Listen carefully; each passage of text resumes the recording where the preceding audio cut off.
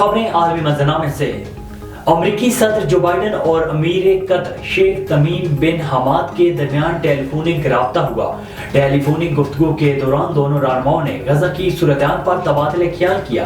अमरीकी सदर जो बाइडन ने कतर से हमास के हाथों यरगमाल अमरीकी शहरियों की रिहाई और जंग से मुतासरा फलस्तीनियों के इनखलाब पर ताउन करने का मुतालबा किया। वाज़ेह है कि चंद रोज कबल अरब मीडिया की जानिब से दावा किया गया था कि हमास और इसराइल के दरमियान कैदियों के तबादले के मामले पर मुआहदा हो गया है।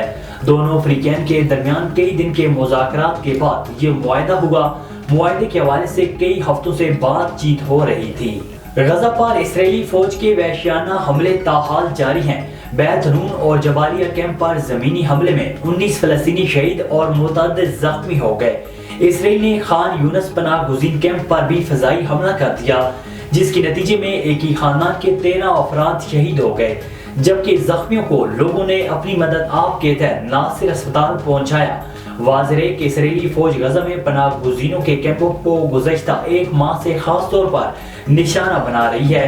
इसराइली बमबारी से मकानात मलबे का ढेर बन गए हैं। अमरीकी कौमी सलामती के तर्जुमान जैक सुलिवान ने कहा है कि इसराइल पर वाज़ेह कर दिया कि हम गजा के अस्पतालों को आग और खून का खेल नहीं देखना चाहते।